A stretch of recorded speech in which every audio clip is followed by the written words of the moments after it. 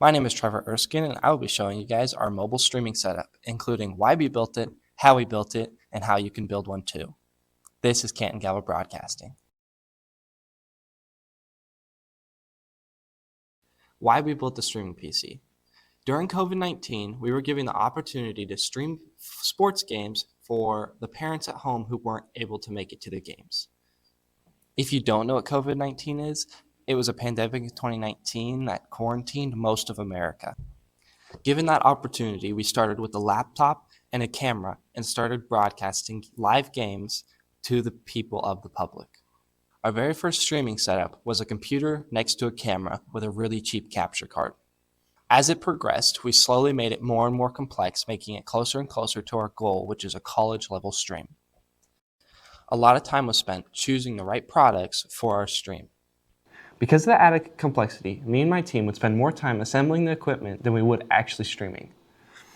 The whole streaming setup started on a simple stand-up desk. It quickly transitioned to a Frankenstein office desk sitting on a piece of plywood. The following years, I opened up the CAD software and designed a new mobile streaming setup. We named it Streaming PC V4.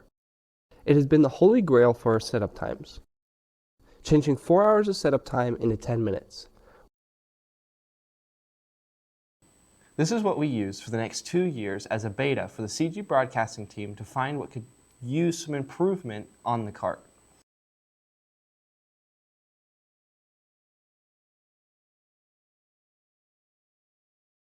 Reviewing everything on this cart top to bottom, at the top we have two 21-inch monitors and a 40-inch TV, simple wireless keyboard and mouse, an iPad for a stream controller, and a slide-out keyboard tray. Looking at a rack, it's a 12U 19-inch swing-out rack. I chose this rack specifically because we can take out the entire rack face with everything attached. At the top is a custom-built streaming PC. Below that is our Behringer XR16. I chose the Behringer for its rack mountability as well as having 8 inputs, but more importantly 4 outputs. I custom built the patch cables and panel to bring the connections to the front of the rack. Below this is a simple rack mount tray with an ATEM Mini Pro ISO. The main features that made this video switcher stand out was its ISO recording, allowing every input to be recorded at once, and its 8 inputs with 3 outputs. This mixer has allowed us to do even more than we expected. I will touch more on that later. Looking at the back side, it's super simple. We have a 16 outlet power strip. We have a Keystone jack box as our internet patch. All we have to do is plug that cable into any network, including a WAN, to provide internet access to the whole setup.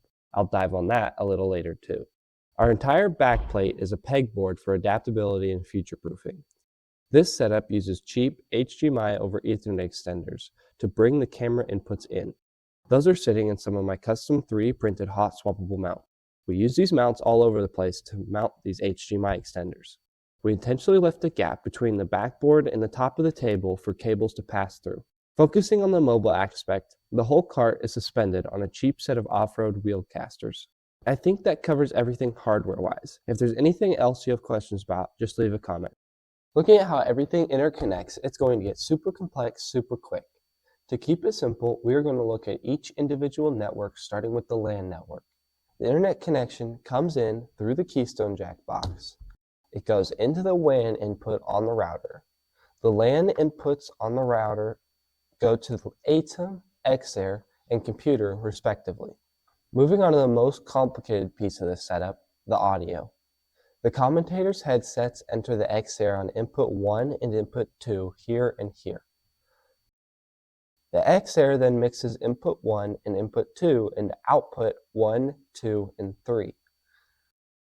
Output 1 connects to the stream here. Output 2 goes back to the commentator's headsets. Output 3 is sent to the phones for the producer's headsets. The producer's headset enters the XAir on input 4. The XAir then mixes input 4 into output 2, 3, and 4. Output 2 is talkback for the commentators. Output 3 is phones for the producers. Output 4 is talkback for the crew. The crew system is the most complex. Stay with me here. Camera 3's audio is output through HDMI. then converted to Ethernet, then back to HDMI again, routed into input 3 on the ATEM. Then the ATEM sends input 3's audio to phones, yet another capability of the ATEM. Then from phones, finally to input 16. The XR then mixes input 16 into output 3. Output 3 is phones for producer.